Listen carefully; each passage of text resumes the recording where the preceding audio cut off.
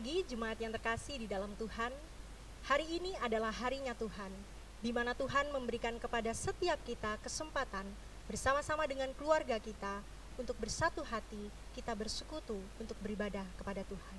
Mari kita mempersiapkan hati kita untuk datang menyembah kepada Tuhan dan beribadah kepada-Nya. Mari kita mengambil waktu kita sejenak.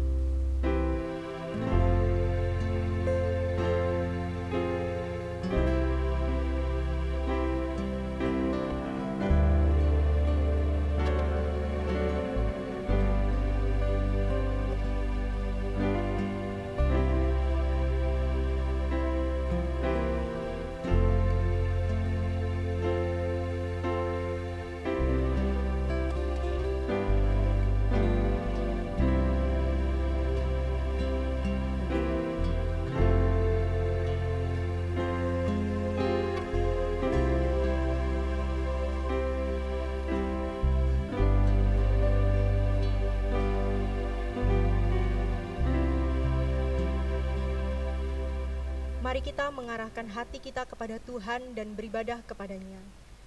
Dan ketahuilah bahwa ibadah kita pada pagi hari ini merupakan pertolongan di dalam nama Tuhan yang menjadikan langit dan bumi dan segala isinya dan yang tidak pernah meninggalkan hasil perbuatan tangannya. Turunlah kiranya ke atas kita sekalian kasih karunia dan damai sejahtera dari Allah Bapa, Allah Putra, dan Allah Roh Kudus menyertai ibadah kita. Amin. Mazmur 105 ayat 1 sampai yang ketiga. Bersyukurlah kepada Tuhan dan serukanlah namanya.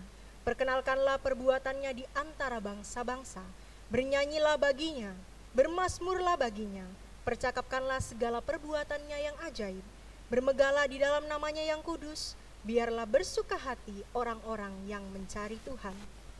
Marilah dengan sukacita dan rasa syukur kita meninggikan nama Tuhan karena begitu besar kasih setianya kepada setiap kita.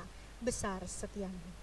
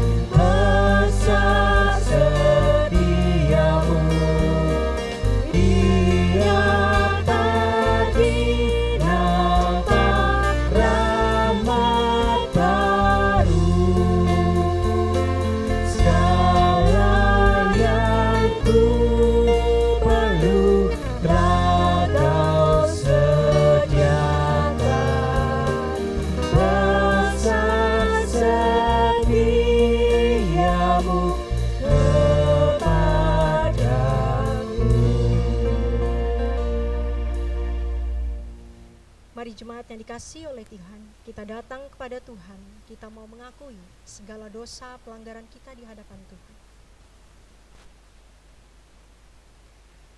Ya Tuhan, kami datang kepadamu dengan segala kerendahan hati kami. Kami menyadari bahwa kami tidak layak. Kami menyadari bahwa diri kami ya Tuhan tidak berdaya di hadapan Tuhan. Kami bukan siapa-siapa di hadapan Tuhan. Oleh karena itu ya Tuhan, pada pagi hari ini kami datang kepada Engkau. Kami datang kepada Engkau untuk memohon belas kasihan-Mu ya Tuhan. Kami memohon kemurahan hati-Mu bagi setiap kami anak-anak. Kami seringkali gagal. Kami seringkali lalai ya Tuhan melakukan apa yang Kau kehendaki di dalam hidup kami. Kami masih sering jatuh di dalam dosa-dosa yang sama. Kami seringkali berbuat tidak menyukakan hati Tuhan, bahkan menyakiti hati sesama kami. Ampunilah kami ya Tuhan. Tolonglah kami ya Bapa. Kasihanilah kami seturut dengan kasih setia Tuhan. Biarlah hanya nama Tuhan yang dipermuliakan. Inilah doa kami Tuhan.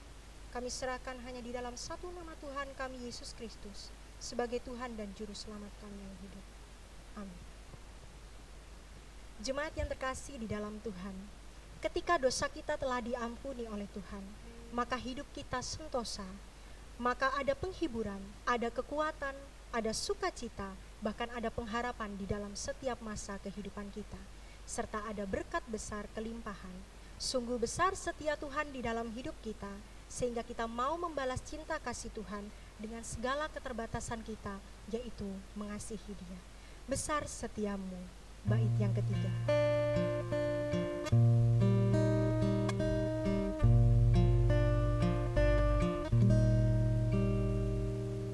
Dosa diampuni, hidup sentosa, Roh-Mu yang memberi penghiburan, kekuatan dan pengharapan tiap masa, berat besar dengan kelimpahan.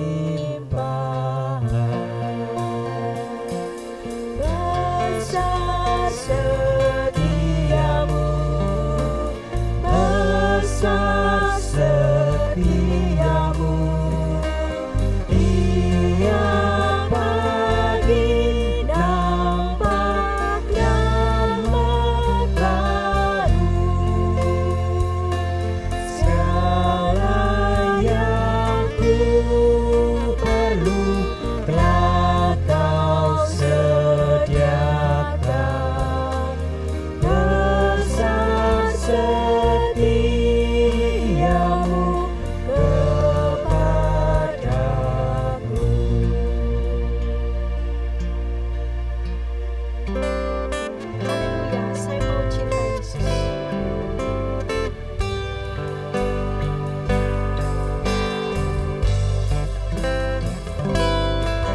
Haleluya, haleluya, saya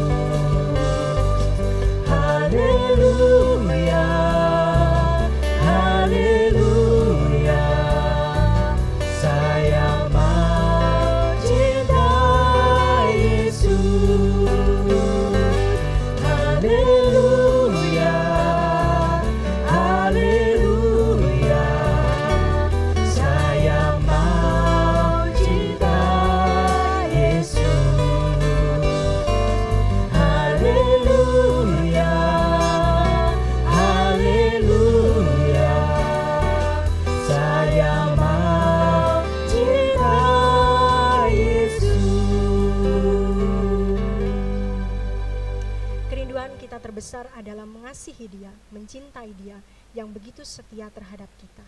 Karena kemurahan Allah yang begitu besar kepada setiap kita, maka dikaruniakanlah Yesus Kristus kepada kita, dan sebagaimana janjinya di dalam hidup kita, terimalah berita anugerah di dalam 2 Timotius pasalnya yang pertama ayatnya yang ke-9. Dialah yang menyelamatkan kita dan memanggil kita dengan panggilan kudus, bukan berdasarkan perbuatan kita, melainkan berdasarkan maksud dan kasih karunia-Nya sendiri, yang telah dikaruniakan kepada kita di dalam Kristus Yesus sebelum permulaan zaman. Jemaat yang dikasihi oleh Tuhan, kita juga akan bersama-sama membacakan petunjuk hidup baru yang terambil di dalam Roma 14 ayatnya yang ke-8. Sebab jika kita hidup untuk Tuhan, dan jika kita mati untuk Tuhan. Jadi baik hidup atau mati, kita adalah milik Tuhan. Jemaat yang dikasihi oleh Tuhan, letih dan lelah adalah hal yang wajar dialami oleh setiap orang. Kita harus mengakui dengan jujur bahwa kita adalah orang yang lemah, kita adalah orang yang terbatas di hadapan Tuhan. Namun ingatlah, di dalam kelemahan kita, di dalam kelelahan kita, Tuhan menawarkan diri-Nya sendiri untuk memberikan kelegaan. Marilah kepadaku semua yang letih lesu dan berbeban berat, aku akan memberikan kelegaan kepadamu. Bukan keluarga kita atau orang terdekat kita yang mengatakan demikian, tetapi Tuhan yang mengajak setiap kita. Sehingga maukah kita menerima akan ajakannya, sehingga di dalam kelelahan kehidupan kita menjalani hidup, kita tetap dikuatkan, kita tetap diajar, kita tetap ditopang, karena Ia yang menjanjikan adalah setia. Jangan lelah. Jangan lelah bekerja di ladangnya Tuhan, karena Roh Kudus memberikan kita kekuatan. Dia mengajar dan juga menopang setiap kita.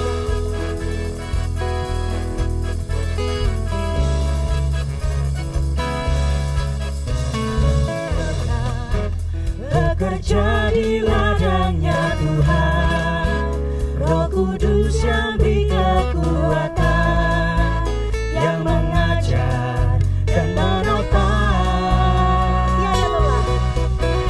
Tiada lelah bekerja bersamamu Tuhan, yang selalu mencukupkan akan segalanya. Ratakan tanah bergelombang, timbullah tanah yang berlubang, menjadi siap dibangun di atas dasar iman. Ratakan tanah bergelombang, timbullah tanah yang berlubang,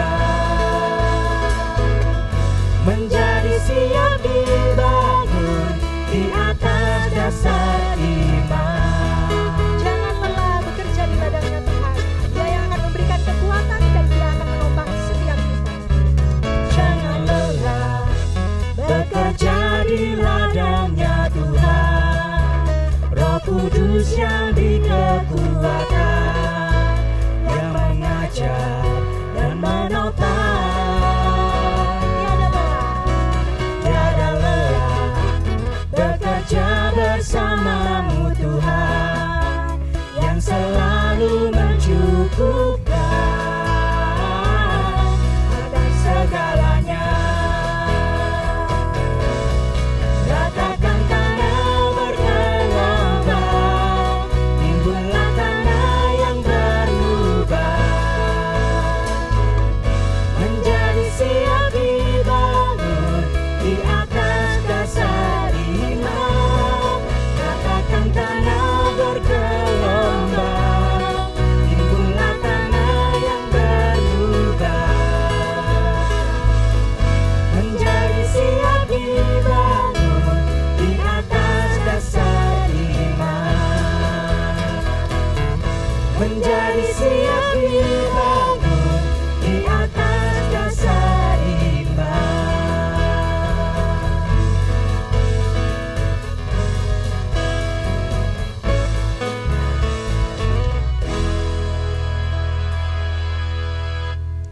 adalah di dalam dasar setiap iman kita kepada Kristus, membuat kita tidak henti-hentinya lelah di dalam setiap ladang yang Tuhan berikan kepada kita. Marilah jemaat yang dikasihi oleh Tuhan, kita akan bangkit berdiri bersama-sama, kita akan mengakui dan juga kita akan mengikrarkan pengakuan iman kita seturut dengan pengakuan iman rasuli. Pengakuan iman rasuli. Aku percaya kepada Allah, Bapa yang Maha Kuasa, Khalik langit dan bumi, dan kepada Yesus Kristus, anaknya yang tunggal Tuhan kita, yang dikandung dari Roh Kudus, lahir dari anak darah Maria, yang menderita sengsara di bawah pemerintahan Pontius Pilatus, disalibkan, mati dan dikuburkan, turun ke dalam kerajaan maut. Pada hari yang ketiga, bangkit pula dari antara orang mati, naik ke surga, duduk sebelah kanan Allah, Bapa yang Maha Kuasa. Dan dari sana ia akan datang untuk menghakimi orang yang hidup dan yang mati.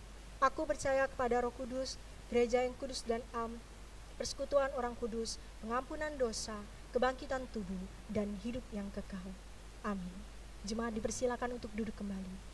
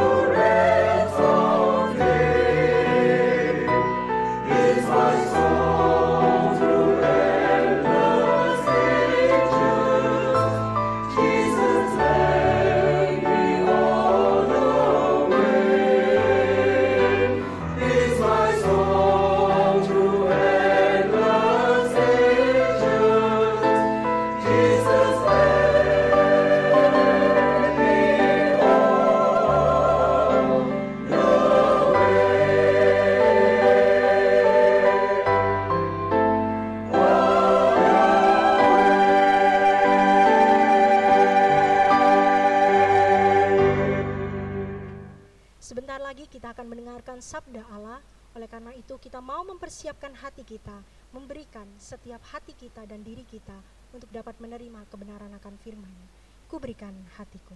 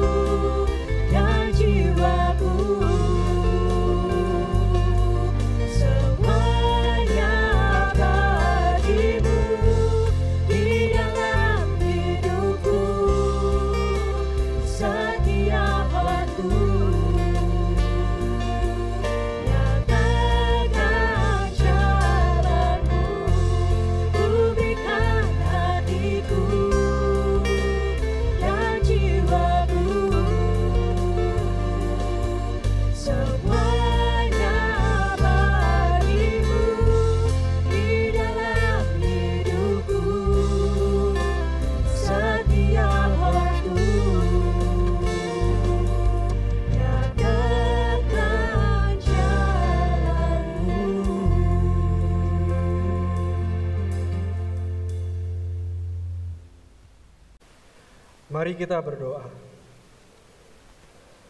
Bapa di surga yang kami kenal di dalam nama Yesus Kristus, terima kasih ya Bapa jika pada pagi hari ini kami boleh berkumpul di tempat kami masing-masing, menyatukan hati untuk memuji, memuliakan nama-Mu dan mendengar firman-Mu.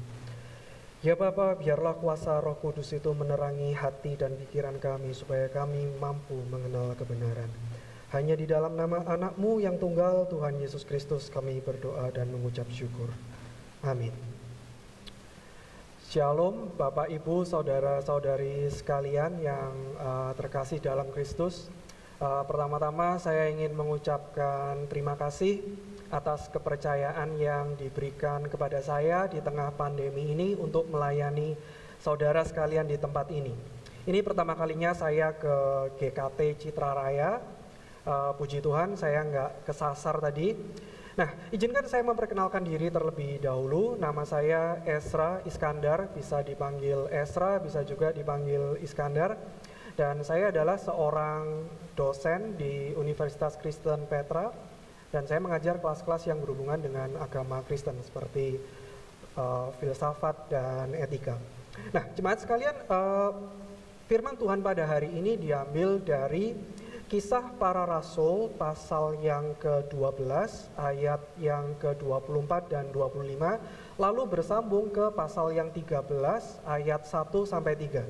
Jadi dua ayat paling terakhir di pasal 12 Kisah Para Rasul, lalu disambung dengan 3 ayat paling awal di pasal yang ke-13. Jadi total ada 5 ayat. Mari kita membaca bersama. Maka firman Tuhan makin tersebar dan makin banyak didengar orang. Barnabas dan Saulus kembali dari Yerusalem setelah mereka menyelesaikan tugas pelayanan mereka. Mereka membawa Yohanes yang disebut juga Markus. Lalu pasal yang ke-13, pada waktu itu dalam jemaat di Antioquia ada beberapa nabi dan pengajar, yaitu Barnabas dan Simeon yang disebut Niger dan Lukius orang Kirene, dan Menahem yang diasuh bersama dengan raja wilayah Herodes dan Saulus. Pada suatu hari ketika mereka beribadah kepada Tuhan dan berpuasa, berkatalah Roh Kudus, "Khususkanlah Barnabas dan Saulus bagiku untuk tugas yang telah kutentukan bagi mereka." Maka berpuasa dan berdoalah mereka, dan setelah meletakkan tangan ke atas kedua orang itu, mereka membiarkan keduanya pergi. Demikianlah firman Tuhan. Jemaat terkasih, di dalam 5 ayat yang barusan kita baca, sepintas kelihatannya tidak ada hal yang menarik. Ceritanya sangat sederhana. Barnabas dan Saulus dan Markus berangkat dari kota Yerusalem menuju ke kota Antioquia. Lalu di kota Antioquia tersebut, Roh Kudus memanggil Barnabas dan Saulus untuk pergi ke tempat lain, yaitu Pulau Siprus. Dan akhirnya mereka berdua pun berangkat dan selesai, ceritanya sampai di situ aja. Nah, meskipun sepintas kelihatannya firman Tuhan hari ini singkat dan sekedar berisi cerita, ada 3 poin penting dari ayat-ayat yang baru kita baca yang ingin saya bagikan kepada jemaat sekalian. Poin yang pertama, Roh Kudus ingin agar Injil diberitakan kepada semua orang. Sekali lagi, Roh Kudus ingin agar Injil diberitakan kepada semua orang. Kabar baik bahwa Yesus telah bangkit dari kematian harus diberitakan kepada semua orang. Di pasal 13 ayat yang pertama, kita membaca bahwa di dalam kota Antioquia itu memiliki banyak sekali tokoh-tokoh rohani, tokoh-tokoh Kristen. Pengikut Kristen di kota itu memang semakin bertambah, dan karunia-karunia Roh Kudus pun termanifestasi di dalam diri beberapa tokoh-tokoh tersebut. Ada yang memiliki karunia kenabian, ada juga yang memiliki karunia pengajar. Ada nabi, ada pula pengajar. Nah, jemaat sekalian, mari kita bayangkan, jika misalnya saudara sekalian adalah salah satu jemaat di kota Antioquia, saudara mungkin merasa bangga. Wah, kota saya sekarang menjadi kota kedua setelah Yerusalem yang banyak sekali orang Kristennya. Dan kita memiliki pendeta-pendeta yang hebat dan terkenal. Barnabas, Simeon, Lukius, Menahem, dan Saulus. Tiba-tiba 2 tokoh yang menempati trending topik di kota Antioquia, yaitu Barnabas dan Saulus, tiba-tiba dipanggil oleh Roh Kudus untuk melayani di tempat lain. Bagaimana perasaan saudara kalau misalnya itu terjadi di gereja ini? Kalau misalnya tokoh yang paling karismatik, yang berjiwa pemimpin sekaligus pelayan, mampu mengajar, khotbahnya juga bagus, bisa memimpin bisa memimpin worship lagi. Tiba-tiba dipanggil untuk melayani di tempat lain. Wah, ini mungkin perlu rapat majelis dulu gitu untuk memastikan apakah ini betul-betul suara Roh Kudus, Roh Kudusnya asli atau enggak ini. Kita pasti enggak mau kehilangan ya. Jemaat Antiokhia pun juga merasa kehilangan kalau Barnabas dan Saulus, tokoh yang mereka kagumi sebagai soko guru jemaat Antiokhia, itu pergi ke tempat lain. Tapi itulah yang menjadi keinginan Roh Kudus. Jemaat sekalian, dari sini kita bisa belajar bahwa Roh Kudus tidak sektarian, tidak grup-grupan, tidak kelompok-kelompokan. Roh Kudus ingin agar Injil diberitakan ke semua tempat. Meskipun ada gereja lokal atau gereja setempat yang harus bayar harga. Di dalam kasus ini, Barnabas dan Saulus bayar harga. Jemaat Antiokhia yang ditinggal pun, mereka pun juga harus bayar harga. Semuanya demi pemberitaan Injil. Poin kedua yang juga bisa kita cermati adalah bahwa pemberitaan Injil sifatnya global, internasional. Sekali lagi, pemberitaan Injil sifatnya global, internasional. Lintas budaya, lintas bangsa, lintas bahasa. Mari kita teliti nama para tokoh Kristen di Antiokhia tadi. Di situ ada Simeon yang disebut Niger. Apa itu Niger? Nah, jemaat yang suka nonton film barat atau hobi mendengarkan musik rap pasti tahu Niger itu apa. Niger itu artinya hitam, dan ini memang maksudnya adalah orang yang berkulit hitam. Di Amerika kata Niger sendiri itu sudah mengandung konotasi yang negatif, jadi tidak boleh dipakai ya. Jadi biasanya kita sebutnya itu African American. Nah, ini sebetulnya apa yang ditulis Lukas di dalam Kisah Para Rasul ini sebetulnya cocok juga dengan catatan sejarah bahwa di abad pertama ketika kekristenan menyebar, pada saat itu bangsa Yahudi memang berada di bawah penjajahan Kekaisaran Romawi, dan wilayah Kekaisaran Romawi itu tersebar begitu luas, mulai dari Timur Tengah, Eropa, dan juga Afrika. Dan Kekaisaran Romawi melakukan investasi dan membangun lalu lintas, transportasi, dan infrastruktur untuk memastikan bahwa perdagangan itu lancar di wilayah Kekaisaran Romawi. Jadi, sangat-sangat wajar kalau ada seorang yang berkulit hitam keturunan Afrika tinggal di kota Yahudi dan menjadi pengikut Kristus. Lalu ada juga Lukius, orang Kirene. Nah, namanya Kirene, Lukius ini mungkin tetangganya Simon Kirene yang membantu memikul salib Yesus. Nah, kalau Simon itu adalah nama Yahudi, tapi Lukius itu adalah nama Latin. Di dalam bahasa Inggris, Lukius itu Lucius. Jadi dari namanya kita bisa melihat bahwa Lukius ini orang yang secara keturunan, secara bangsa mungkin memiliki warna kulit yang berbeda dengan Simon Niger tadi, memiliki jenis rambut, warna rambut yang berbeda. Lukius adalah bangsa Romawi asli. Lalu ada juga nama seperti Menahem. Dari namanya tidak terlalu jelas latar belakang etnis atau bangsanya Menahem ini, tetapi dia adalah seorang bangsawan karena di Alkitab tertulis bahwa dia dibesarkan bersama dengan seorang raja wilayah Herodes. Sedangkan Barnabas dan Saul berasal dari bangsa Yahudi, suku Yahudi. Nah, dari sini kita bisa menyaksikan bahwa sejak awal berdiri, kekristenan sudah menghancurkan tembok-tembok perbedaan suku, warna kulit, warna rambut, dan juga golongan. Golongan bangsawan, nelayan, semuanya bersama-sama memberitakan Injil. Jemaat sekalian, saya mau sharing sedikit. Saya baru saja kembali ke Indonesia 2 tahun yang lalu setelah menyelesaikan studi teologi di Kanada. Di kota Vancouver, tempat saya tinggal, ada komunitas Tionghoa yang besar. Ada komunitas Chinese yang besar. Mayoritas mereka adalah imigran dari Hong Kong. Di sekolah saya sendiri, di seminari saya juga ada banyak sekali murid-murid yang berasal dari Tiongkok, Cina Daratan, dan dari Hong Kong. Saya sering mengobrol sama mereka gitu ya, tapi bukan menggunakan bahasa Mandarin karena bahasa Mandarin saya pas-pasan. Kalau Mandarin sih saya cuman bisa dengar saja gitu. Jadi kalau ada yang tanya hui ting ma, saya jawab hui, bisa gitu ya. Tong putong, putong, nggak ngerti artinya.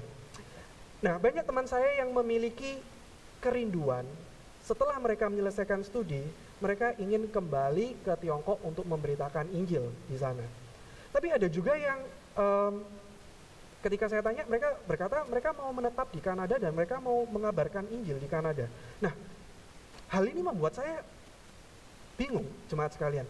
Karena saya pikir ngapain juga menjadi misionaris di Kanada. Kanada memiliki banyak sekali gereja dan kebebasan beragama juga dijunjung tinggi.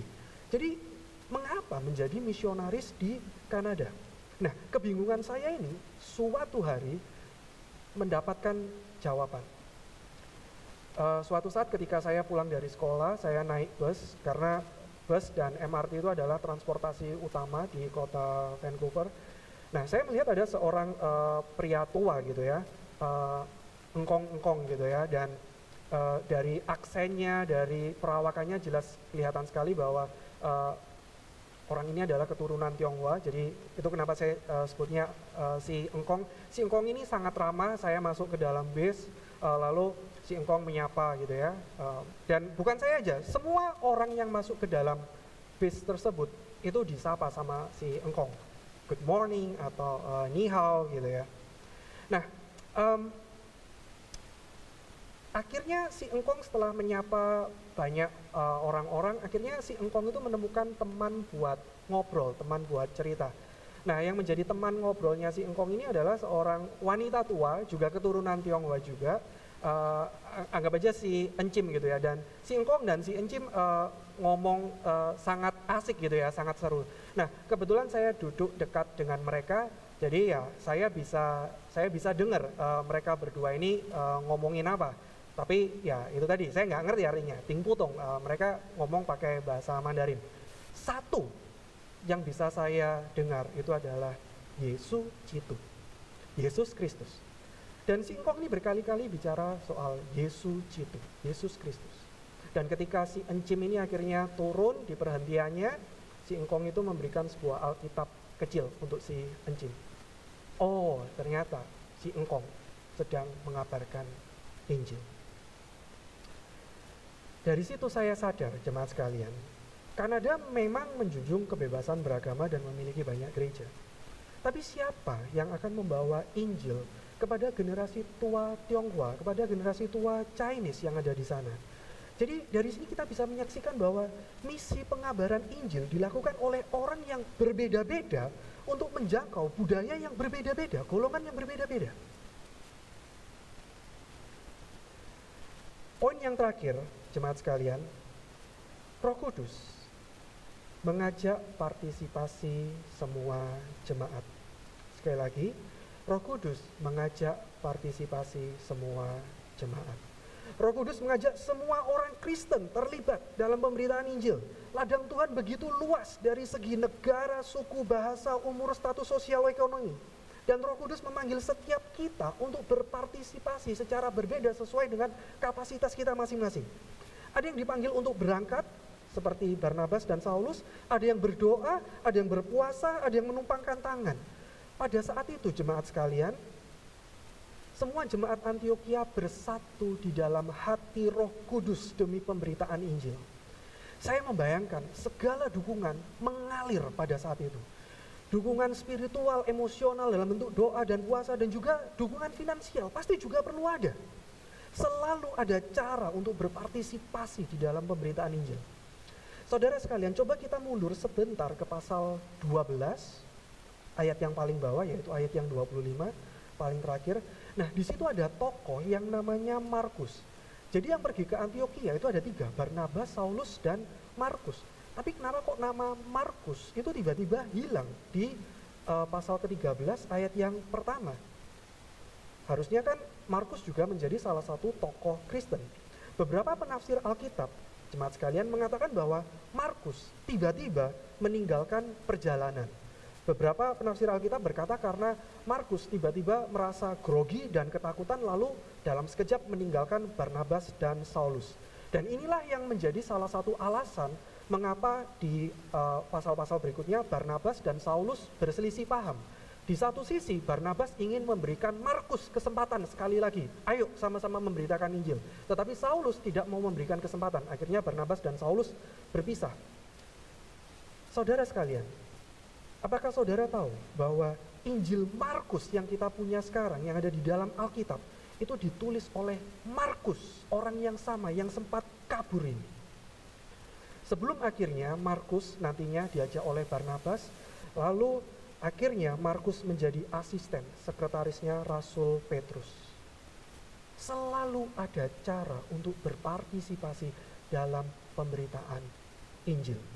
Jemaat sekalian, saya tidak dipanggil secara khusus oleh Roh Kudus untuk mengabarkan Injil seperti si engkong tadi yang di Kanada, yaitu kepada generasi tua Tionghoa di Kanada. Saya tidak terpanggil secara khusus oleh Roh Kudus. Tapi saya juga berdoa bagi si engkong dan pelayanannya. Saya selalu berdoa. Meskipun jemaat Antiokhia merasa kehilangan dan ditinggalkan, mereka pun tetap berdoa dan mendukung pelayanan Barnabas dan Saulus. Injil Yesus Kristus, jemaat sekalian, bahwa Yesus anak Allah telah bangkit dari kematian untuk menebus dosa umat manusia, terlalu besar dan terlalu mulia untuk disimpan bagi kalangan kita sendiri. Saudara terkasih, jemaat Antiokhia sudah ambil bagian.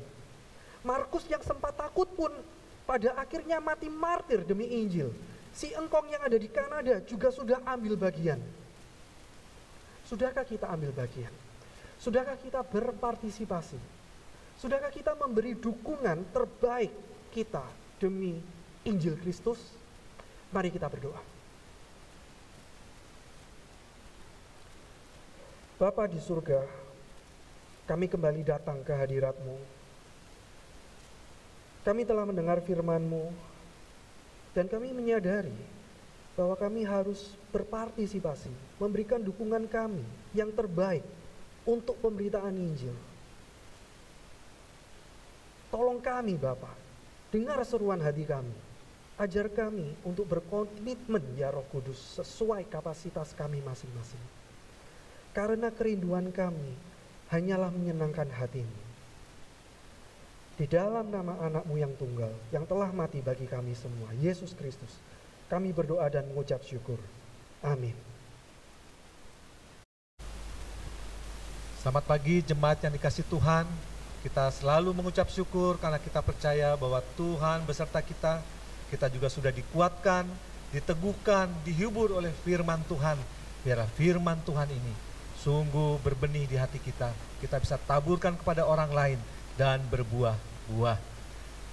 Jemaat sekalian, saatnya kita memberikan persembahan, memberikan persepuluhan, memberikan persembahan iman atau janji saudara kepada Tuhan. Biarlah itu diberikan dengan penuh sukacita. Perlu kita ketahui juga, kita juga sedang membangun pastori. Kita juga memerlukan sungguh berkat Tuhan yang disalurkan melalui saudara. Saudara bisa memberikannya lewat rekening di bawah ini, atau juga bisa memberikan persembahan, persepuluhan, janji iman, persembahan pembangunan melalui kantor gereja. Mari kita berdoa untuk doa persembahan dan juga doa syafaat. Bapa yang di surga, hari ini kami sungguh mengucap syukur karena Tuhan begitu baik kepada kami. Hari demi hari kami boleh lalui, dan kami tetap bisa beribadah. Kami tetap bisa memuji dan memuliakan nama Tuhan. Karena yang penting adalah Tuhan beserta kami. Tuhan berada dengan kami di rumah kami masing-masing, dimanapun kami berada, dimanapun kami beribadah. Terima kasih Tuhan atas segala berkat Tuhan dan juga berkat jasmani yang Tuhan limpahkan kepada kami, sehingga kami boleh memberikan persembahan, memberikan persepuluhan, memberikan janji iman, ucapan syukur, persembahan pembangunan. Itu semua adalah dari Tuhan sendiri yang untuk memuliakan nama Tuhan. Terima kasih Bapak, terima kasih. Tuhan memberkati kami semua dengan berkat-berkat yang berkelimpahan. Kami terus juga berdoa untuk jemaat Tuhan yang dalam masa pandemi corona ini, Tuhan berikan iman yang teguh bahwa di dalam Tuhan ada damai sejahtera, ada sukacita, dan juga ada ucapan syukur. Kami terus berdoa untuk kerohanian jemaat. Tuhan tetap menjaga sehingga bahkan bisa bertumbuh di dalam masa pandemi corona ini, sehingga iman kami tetap teguh pada Tuhan. Kami berdoa untuk jemaat Tuhan yang mungkin sakit, yang dirawat di rumah sakit. Tuhan juga menolong supaya Tuhan pulihkan, Tuhan sembuhkan. Mungkin juga ada yang di rumah, Tuhan juga menolong, menyembuhkan, memulihkan. Darah Tuhan Yesus sanggup menyembuhkan segala penyakit, karena bahkan penyakit dosa sudah Tuhan hapus melalui darah Tuhan Yesus. Terima kasih Bapa, terima kasih. Berkati jemaat Tuhan di dalam masa-masa pandemi corona ini, dalam pekerjaannya, dalam bisnisnya, di dalam kehidupannya sehari-hari, di dalam kehidupan berumah tangga. Banyak kabar, ada banyak terjadi KDRT, tetapi biarlah keluarga-keluarga Kristen, keluarga jemaat GKT Citra Raya, justru dalam masa pandemi ini ada hubungan yang semakin erat antara suami istri, orang tua, anak. Dalam keluarga itu, seisi rumahnya, ada hubungan yang semakin erat di dalam kasih Kristus. Terima kasih Bapak, terima kasih. Kami terus juga berdoa untuk bangsa dan negara kami. Tuhan menolong di dalam masa pandemi corona ini. Tuhan tetap teguhkan pemimpin-pemimpin kami.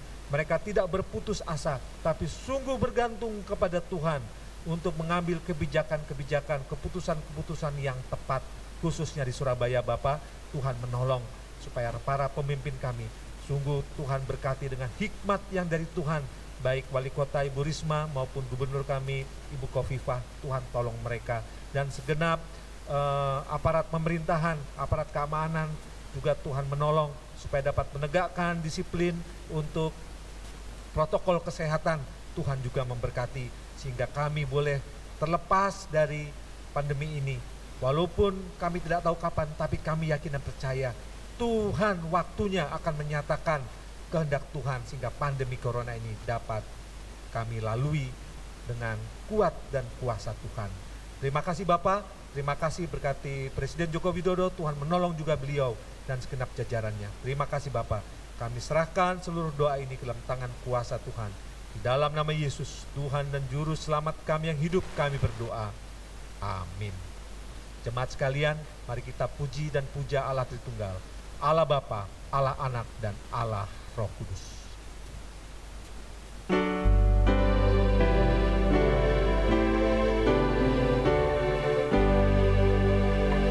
Puji Allah Bapa Putra,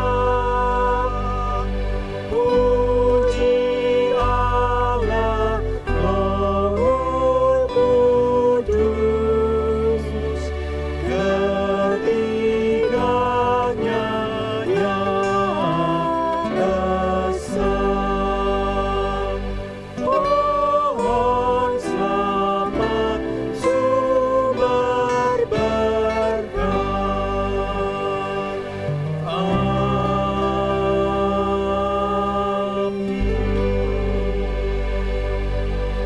Jemaat yang dikasih Tuhan, biarlah kehidupanmu selalu bergantung kepada Tuhan. Jalanilah kehidupan ini dengan penuh ucapan syukur dan penuh iman kepada Tuhan, dan terimalah berkat-Nya. Kiranya Allah pencipta langit dan bumi, Allah Bapa, mencurahkan berkat yang berkelimpahan kepadamu, baik jasmani maupun rohani. Kiranya Allah Anak, yaitu Yesus Kristus, memberikan kau damai sejahtera dan sukacita surgawi yang tidak bisa diambil dari dunia, tetapi memenuhi hatimu. Dan biarlah Allah Roh Kudus menghiburmu, menguatkanmu dari sekarang sampai Tuhan Yesus datang kedua kali. Amin.